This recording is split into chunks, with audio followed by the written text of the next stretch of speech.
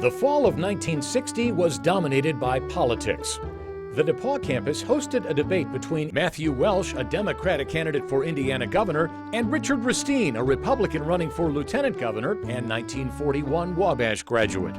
A contest that people still talk about was the buzz of the nation. And on November 8th, as DePauw students gathered in the Union Building to watch results on television, their fellow Americans elected John F. Kennedy, the 35th President of the United States. 4 days later, it was time for another decision. Would DePauw keep the Monon Bell, or would Wabash reclaim it at home? With 3:54 left in the game, leading 13-6, the Little Giants fumbled on their own 45-yard line. The Tigers drove the field, and with just 28 seconds left to play, on a 3rd and goal from the 2, quarterback John Wabash pitched to Dan Blunt, who took the ball in for a score. That made it 13-12. DePauw coach Tom Mott, seen here in a different game, turned to the crowd and signaled with his hands. Should we go for 1 or for 2? He may have already decided what he was going to do, but he sort of turned it over to, let the students think that he was turning it over to them. The crowd didn't want to see a second consecutive tie, and Mott rolled the dice. The Tigers lined up as if they were going to kick, but Wabash grabbed the snap and took it across the goal line for a 1-point win. Mott was given a victory ride by his players, and a Monon Bell legend was born.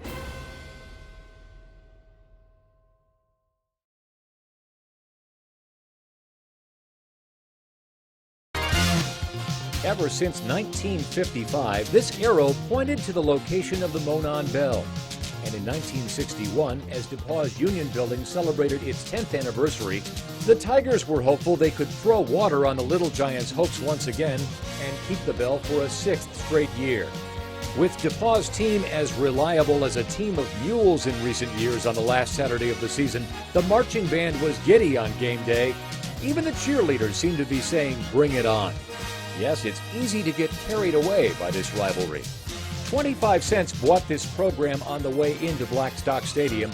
On the way out, Wabash had to think about what might have been. The Little Giants had 8 more first downs than DePauw and produced more total offense, but 2 drives inside the 10-yard line produced no points. And DePauw took an early lead and never looked back. Quarterback Ed Meyer scored one of DePauw's 3 TDs, and Coach Tom Mott received another victory ride as the Tigers completed their first winning season since 1957.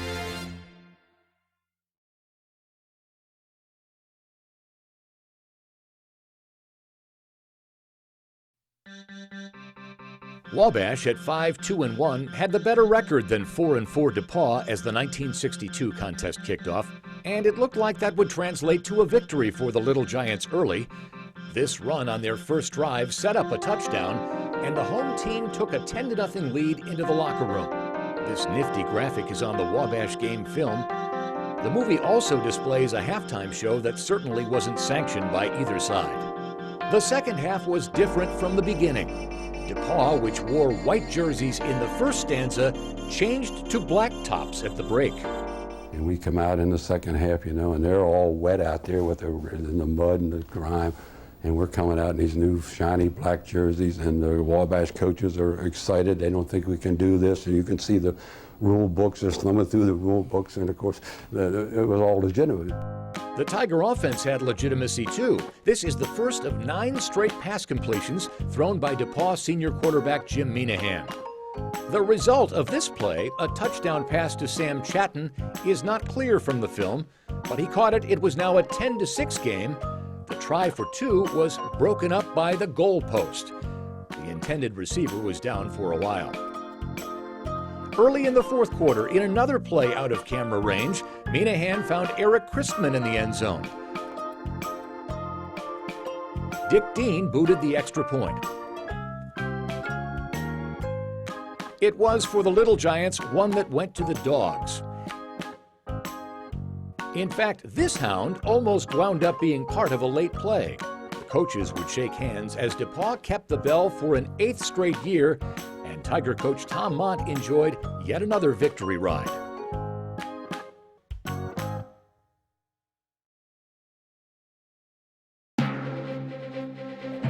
This 38-yard field goal by Dick Dean gave DePauw all it would need in the 1963 Classic, but the scoring continued with a 1-yard touchdown run by Todd Eberly before halftime and an 11-yard third-quarter touchdown pass from Bruce Mackey to Jeff Lortz. The guys from Greencastle finish with a 5-4 record and hold on to the Monon Bell for a 9th consecutive year.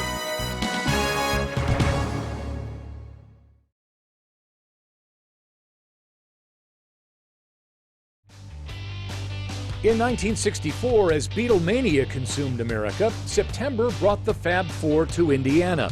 They clowned around on the Indianapolis Motor Speedway's golf course, met the State Fair Queen, and played 2 concerts to screaming crowds at the State Fairgrounds. On behalf of all of the State Fair Board and all the good guys from WIFE, may I present the Beatles! It had been a hard day's night for Wabash fans. The Monon Bell had been in DePauw's possession for 9 straight years. It was also a presidential election year. The son of candidate Barry Goldwater and a freshman senator named Birch Bayh both spoke at DePauw. On to the day of decision in Crawfordsville. This short pass from Bruce Mackey to Chuck Byram wound up being a 55-yard gainer and set up the day's first score.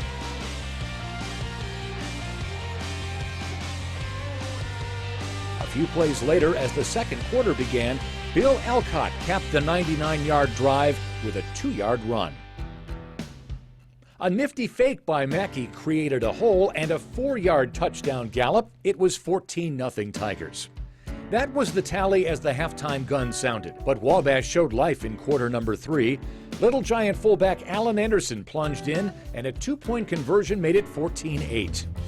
Another TD and a 2-point play, not captured on film, gave Wabash a 15-14 advantage. As he drops back for a pass, DePauw's Mackey finds no one open and takes matters into his own hands. 24 yards later, he had reached the end zone virtually untouched. A gutsy decision by Coach Tom Mont to go for 2 paid off. It gave DePauw a 7-point lead. Wabash scored a fourth-quarter TD and opted for 2, and the win. Anderson tried to take it in from the right, the play that worked for the touchdown, but cornerback Todd Eberly stopped him just shy of the goal line. And the headline in the DePauw says it all. Yeah, yeah, yeah.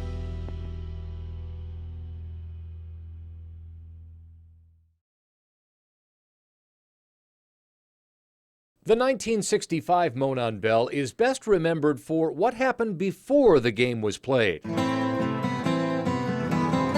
DePauw president William Kerstetter fell for one of the series' all-time great pranks when he agreed to meet with someone claiming to be a Mexican dignitary.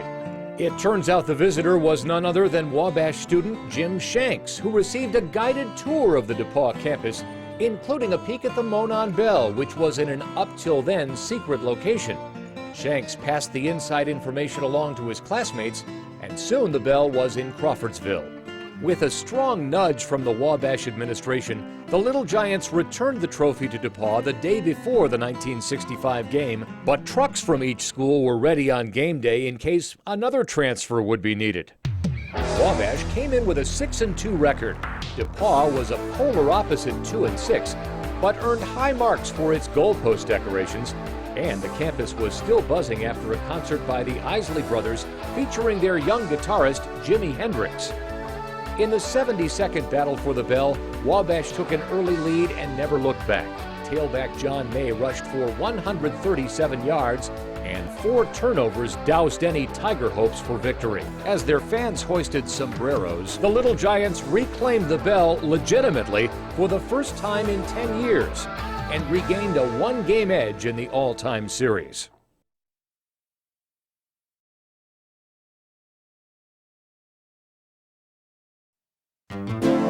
The agony of the 1966 football season was apparent on the face of this DePauw player.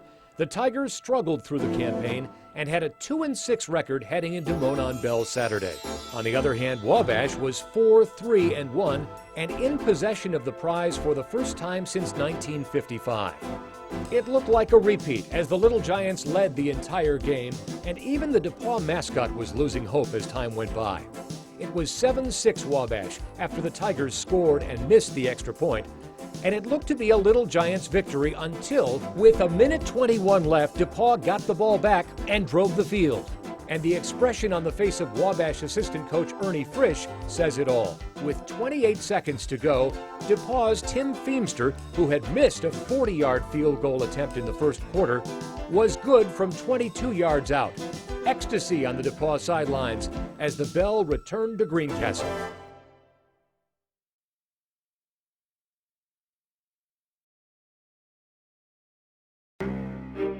After the close shave of the year before, and as Frank Sinatra's Tony Rome opened in theaters across America, the Monon Bell had been missing for almost a year.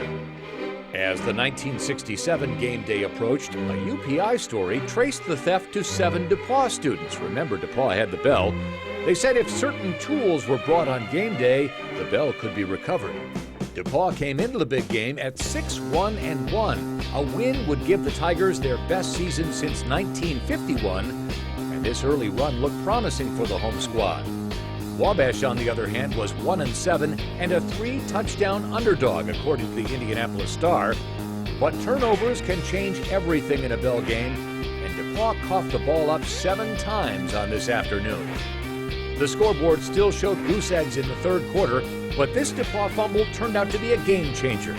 Wabash recovered, and a few plays later, Mike Henry takes it in from 2 yards out. And look here, the visitors' bench goes wild. There was some other action that didn't amount to points. The teams got into it shortly after the scoring play. And it was around this same time that the bell, which had been buried in the north end of Blackstock Stadium, was unearthed. As the game neared its conclusion, you could barely tell the home team from the visitors. Mud made Wabash's jerseys interchangeable with their rivals, and this DePauw player definitely needed the Maytag man. With time running out, a desperate Tiger heave. It led to the day's 4th interception in a game where DePauw completed only 6 passes. And as time expired, things got out of hand once again. The mud-covered Little Giants left Blackstock Stadium victorious, and a Wabash truck collected the now recovered Monon Bell, parading it past the visitors' stands for all to see. Soon another winter would arrive, along with questions about what will the bell game be like next year.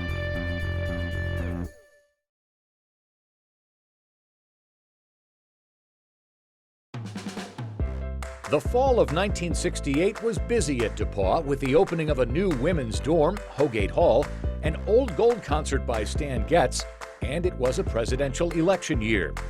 At a time when the local bar had a soft drink sign and call waiting was still several years away, Bowman Jim received an important delivery from the postman. A message for Tom Mont and his coaching staff, postmarked November 5th, read, "Don't worry about Indiana State, that game doesn't count. Get ready for Wabash. They beat you 7-0 last year because you wasted time preparing for Indiana State." It added ominously, "Don't forget your job depends on beating Wabash." It was signed a very influential alumnus with money. And there were other pressures. California's Fresno Bee, which had a listing of game day predictions, had DePauw, which was 5-3, winning 32-13. 11 days later, with the all-time series tied, was the day of decision, and the guy they called the Pot was ready to take charge. Late in the first quarter, DePauw sophomore quarterback Roy Pottinger connected with Scott Ralston on a 19-yard pass. It set up a quarterback sneak a few plays later that gave the Tigers a 6-0 lead. With 11:33 left in quarter number 2, Wabash signal caller Dave Knott found Steve Mihalko in the corner of the end zone, making it 7-6 home team. DePauw's John Sacramento made this 20-yard field goal before halftime, and the teams went to the locker room with the guys in black and gold leading 9-7. It became a 5-point lead after Sacramento made a 34-yarder late in the third. The Little Giants were about to get the ball back late in the game when they were called for roughing the punter here. DePauw kept possession and made hay, sealing the contest when fullback Bill Holton plowed in from 1 yard out with 1:37 left to go.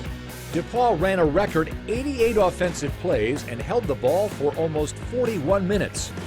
Yes, influential alumnus, like the Postal Service, they delivered.